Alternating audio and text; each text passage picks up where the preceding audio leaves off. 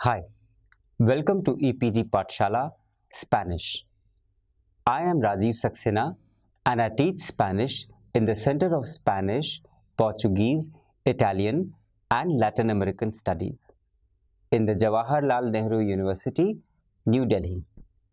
We are in the paper entitled Intermediate Grammar. In this module, which is entitled Past Imperfect Tense, we have the objective of teaching you in this module whatever that we can about the imperfect tense. The imperfect is a tense used to communicate certain circumstances about actions occurring in the past. So, imperfect tense is used to communicate certain circumstances about actions occurring in the past. One of these circumstances is unspecified duration or length of the action. I repeat, unspecified duration or length of the action, use imperfect. Another is how frequently the action took place. So, when you have an unspecified duration or length of action, or whenever you have the frequency of an action taking place, a habitual thing, then you use the imperfect tense in Spanish. But before getting into the rules, let us first review the formation of the imperfect and then consider its use. The imperfect is one of the easiest tenses in Spanish because it is formed by dropping the endings of the infinitive AR, IR and IR and adding the following endings.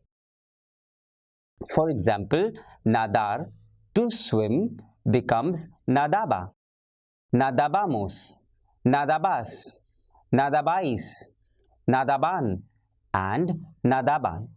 I repeat, nadar, to swim, in the imperfect becomes nadaba, nadabamos, with an accent on a, nadabas, nadabais, nadaba, and nadaban. Or in the singular and the plural like we do it previously, it is nadaba, nadabas, nadaba, plural nadabamos, nadabais, nadaban. I repeat, singular nadaba, nadabas, nadaba, plural nadabamos, nadabais and nadaban. What happens with an er ending verb like comer, to eat? In the imperfect, it becomes ia, ias, ia, iamos, iais, ian. So, comer becomes comía, comías, comía, singular, comíamos, comíais, and comían, plural. I repeat, comer in the imperfect becomes, because it's an er ending verb, it becomes ia, ias, ia, iamos, iais, ian. So, it is comía, comías, comía, comíamos, comíais, and comían. It is as simple as that. So, let us move on to the third verb, which is the IR ending verb category. Let us pick up any verb which is of an IR ending verb, and let's pick up vivir for example. Vivir is vivia, vivias, vivia, viviamos, viviais, and vivian. I repeat, vivir. All we have to do is to drop the IR and put ia, ias, ia, iamos, iais, ian with accent on all the I's, and it becomes vivia, vivias, vivia, viviamos, viviais, vivian. So, this is the way and this is the pattern that you have to see and learn in the imperfect tense of Spanish. Please note that the imperfect tense, the ER and IR verbs share the same endings and all the forms have a written accent mark. I've already told you before that the ER like comer and IR like vivir share the same endings and all the forms have a written accent mark. The nosotros form is the only AR verb with a written accent mark.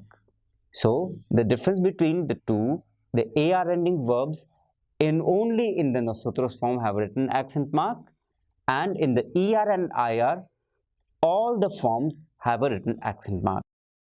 I think of all the tenses, imperfect of Spanish is the easiest one to pick up. So take a printout from the e-text, look at all the different verb categories and start learning it up and using the imperfect tense of Spanish to talk about things in the past. Where are the irregular verbs in the imperfect? As I have already told you that this is the easiest tense to learn, there are only 3 verbs with irregular constructions in the imperfect. So I repeat, only 3 verbs of the whole plethora of Spanish verbs which are irregular conjugations in the imperfect. So, ir, ser and ver. Learn up ir, ser and ver and the entire imperfect is in your hand, because otherwise there is a set pattern and all the verbs follow the same set pattern of conjugations. Ir, to go, is iba, ibas, iba. Ibamos with an accent on I, ibais and iban. I repeat, singular, iba, ibas, iba. Plural, ibamos, ibais and iban. It is very simple. Ir, to go, is iba, ibas, iba. Ibamos, ibais and iban. The other verb that we have mentioned is ser, to be. And the conjugation of ser in the imperfect tense past in Spanish is era, eras, era. Éramos with an accent on a, erais, eran. I repeat, era, eras, era, singular. Éramos, erais, eran, plural. And thirdly and lastly is where, to see. Over here also it is very simple. Where is irregular, so we have veía, veías, veía, veíamos, veíais and veían. Even in the irregularity, there is a certain pattern that they follow. Learn up these 3 verbs of the imperfect which are irregular and you'll have the entire imperfect at your fingertips. So now let us move on to the next stage, because we have already seen how the conjugations are done. Now let us see what are the usages of the imperfect in Spanish. We use the imperfect as one of the tenses to narrate past actions. I repeat, imperfect is used to narrate past actions. Unlike the preterite, the imperfect does not refer to the specific time an action took place or when the beginning or the end of an action occurred. I repeat, the imperfect does not refer to the specific time an action took place or when the beginning or the end of an action occurred. The imperfect tense describes the ongoing duration of an action or how frequently the action took place. So, if it is a habitual thing or it continues for a long time, then we use the imperfect tense. So, for habitual things which are lasting for a long time or narrate past actions, we use the imperfect tense, because you're not having any specific time an action took place or the beginning or the end of an action which is occurring. Another thing to be kept in mind is when we are describing continuing or ongoing actions in the past. When you're talking about the continuing or ongoing actions in the past, also we use the imperfect. For example, Kush tenía muchos amigos y pocas preocupaciones. Kush had many friends and few worries. Kush tenía muchos amigos y pocas preocupaciones. The above example refers to a past time, tenía. It does not tell us exactly when or for how long was Kush in these circumstances. The speaker's message with tenía includes the notion of a continuing action in the past. So, to indicate actions that took place on a regular basis and actions that were repeated or habitual or customary in the past, we use the imperfect. Cuando Iqbal vivía en Nueva Delhi, iba al teatro con frecuencia. When Iqbal lived in New Delhi, he used to go to the theatre frequently. Cuando Iqbal vivía en Nueva Delhi, iba al teatro con frecuencia. So, in this example, we can see that the imperfect form vivía refers to a past ongoing time when Iqbal lived in New Delhi. It does not tell us when specifically the action of vivir took place, nor for how long. So, we can see it does not tell us when Iqbal was living, and nor does it indicate for how long did this habit continue. The second part of the sentence, iba, refers to a past action whose exact time or number of times is not specified, since it is not important to the message. Rather, the emphasis on the repeated nature of Iqbal's activity reinforced by the expression con frecuencia. So, to stress the emphasis of the repetitive nature of Iqbal's activity, and which is reinforced by the expression con frecuencia, we are using the imperfect, iba al teatro con frecuencia. What are the uses of imperfect? Imperfect tense is also used in various other circumstances. We use the imperfect to describe people or states of indefinite duration in the past. Era un académico muy famoso. He was a very famous academician. In this example, era underscores the ongoing nature of the characteristic. Again, the description does not convey a specific time or times. I repeat, era un académico muy famoso. He was a very famous academician. So, era underscores the ongoing nature of the characters. It does not convey a specific time or specific time. You should not forget that ser is used to describe qualities or states of indefinite duration in the past. Shrenya era extremadamente cuidadosa. Shrenya was extremely careful. So, extremadamente cuidadosa is a habit. To also express the English equivalent of the construction would plus verb, referring to actions that took place repeatedly or customarily in the past.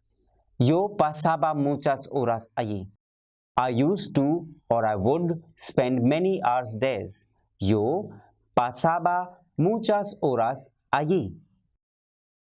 Please note that the use of would does not imply the conditional mood in English. There is no condition to be met. So, let us compare the following examples and observe the context. Compraría, conditional, la casa, pero. So, he would buy the car, but he does not have the money. Compraría el coche, pero no tiene dinero. He would buy the car, but he does not have the money. Compraba un vestido nuevo todos los meses. She would buy or used to buy a new dress every month. Compraba, imperfect, un vestido nuevo todos los meses. So, in the first example, would buy is a clear use of the conditional in English and corresponds to the conditional in Spanish. If a condition were met, having money, then he would buy the car. In the second example, she would buy is the same as she used to buy, a customary action, and the Spanish equivalent is compraba. It's very clear because you're talking about the customary action in the past. The Spanish equivalent is compraba. The sentence includes an expression of time also, todos los meses, indicating a repeated action and showing its habitual nature. That is why it is compraba, because it's a habit and it is a repeated action in the past. So, in the same way, certain expressions of time stress the customary or repetitive nature of actions in the imperfect tense. We will talk about a list to, to know about this, and please take a printout of this list and keep in mind to use these expressions when you use the imperfect to communicate repeated actions in the past. A menudo, often, muchas veces, many times, a veces, at times, por lo general, generally, algunas veces, sometimes, rara vez, rarely, siempre, always, todas las mañanas, every morning, todos los años, every year, todos los días, every day. Casi nunca, hardly ever, casi siempre, almost always, de vez en cuando, from time to time, generalmente, generally, mientras, while. So, we take a printout of these usage and these time factors, these marcadores de tiempo, and start using them along with our imperfect tense in Spanish and better our Spanish communication. Let us talk about now more usages of the imperfect. The imperfect is also used to express age in the past. Ella tenía 30 años. She was 30 years old. Ella tenía 30 años. She was 30 years old. To describe the background or circumstances of an act. Era un día hermoso, fresco. It was a beautiful, cool day. Era un día hermoso, fresco. It was a beautiful, cool day. To indicate the time of day in the past. Eran las 5 de la tarde. It was 5 in the afternoon. Eran las 5 de la tarde. So, let us move on to see other usages. The imperfect is also used to express the past, to indicate a mental state, a mental action, or a state of indefinite duration with verbs such as sentir, creer, conocer, pensar, querer, and saber. Because mental states are considered ongoing conditions. So, verbs like sentir, creer, conocer, pensar, querer, and saber usually take on the imperfect because these are verbs of indefinite duration time. Él pensaba en mí. He thought about me. Nos conocíamos desde que éramos pequeños. We have known each other since we were little. Le gustaba caminar por las calles. He used to like walking down the streets. I repeat. Él pensaba en mí. Nos conocíamos desde que éramos pequeños. Le gustaba caminar por las calles. In the Spanish equivalent of the English ing forms, referring to past actions, we use the imperfect. Usually, they refer to simultaneous actions as there is no specific time in the past. There is no mention of specific time in the past and they are simultaneous action. That is why we use the imperfect tense. Yo trabajaba y él me ayudaría. I was working and he was helping me. Note that you will learn more about the imperfect in the next chapter or the next paper, which is Advanced Grammar, where you will also learn about the contrast between the preterite and the imperfect.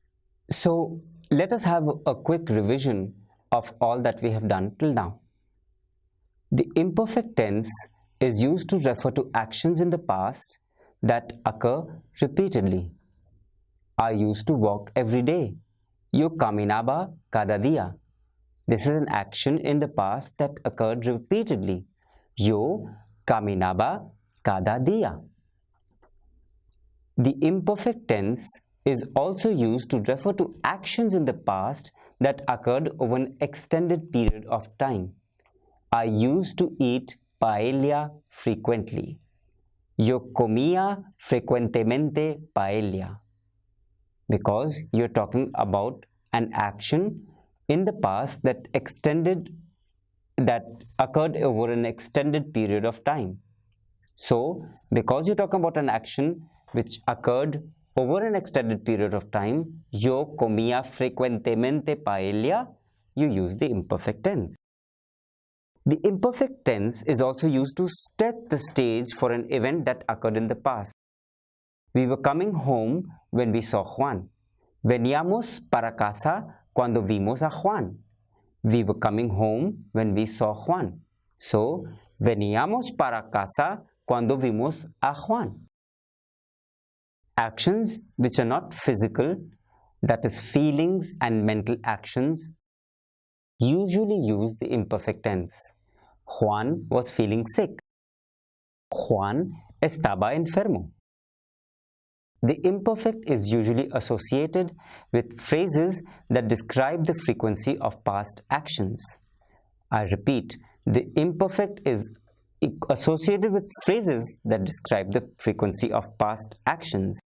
So, we've got the marcadores de tiempo like a menudo, often, a veces, sometimes, cada día, every day, cada año, every year, con frecuencia, frequently, de vez en cuando, from time to time, de vez en cuando, en aquella época, at that time, frecuentemente, frequently, generalmente, usually, muchas veces also, many times, nunca, never, por un rato, for a while, siempre, always, tantas veces, so many times, todas las semanas, every week. Now let us look at the regular forms of imperfect, which are formed by adding the endings to the stem of the verb.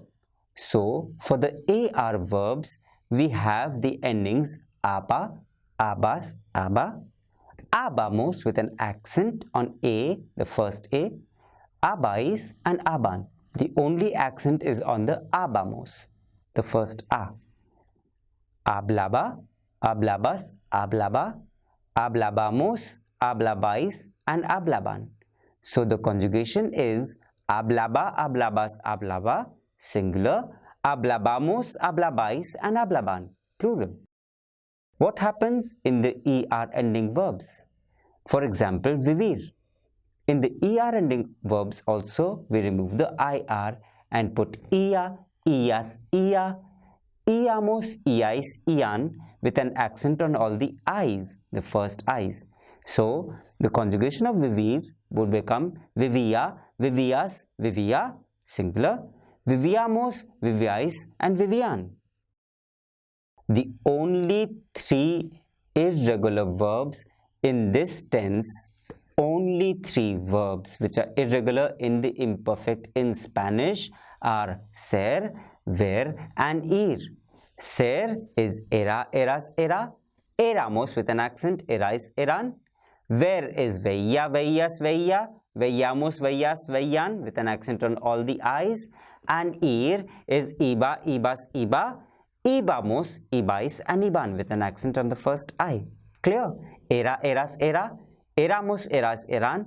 Veía, veías, veía. Veíamos, veías, veían. Iba, ibas, iba. Ibamos, ibais, iban. Take a printout of this and start mugging it up, and it will become very simple, and the entire imperfect tense is now in your hands. So we have tried to cover everything about the imperfect tense in this module. To conclude, I would like to say that you would understand many things about them in the advanced grammar, where we will be talking about the minute details. However, for now, take out a printout of the only three verbs which are irregular, learn them up, go to the section marked Spanish, and which is dealing with the assessment, the self-assessment section, and do the exercise, practice and get this perfect. Muchas gracias.